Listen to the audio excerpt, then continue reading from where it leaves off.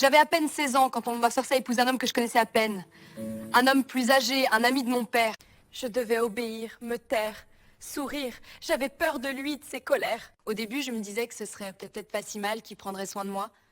Mais la réalité a été tout autre. La nuit, je pleurais en silence.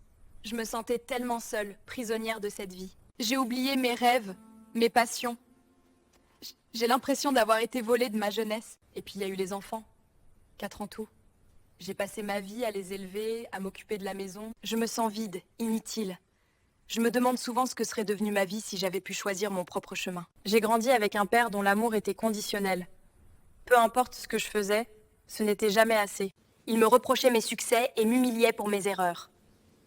J'ai compris que son amour était manipulatif. En devenant adulte, j'ai réalisé que ces blessures n'étaient pas de ma faute et j'ai appris à me dire « ma valeur ne dépend pas de lui ». Aujourd'hui, je reconnais que je dois me protéger de ce lien toxique. Je choisis de me reconstruire, de m'accorder moi-même l'amour dont j'ai manqué et de me laisser son regard définir qui je suis.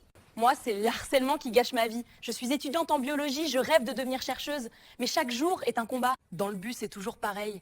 Les regards insistants, les mains qui traînent. J'ai l'impression d'être un morceau de viande. Dans la rue, c'est encore pire.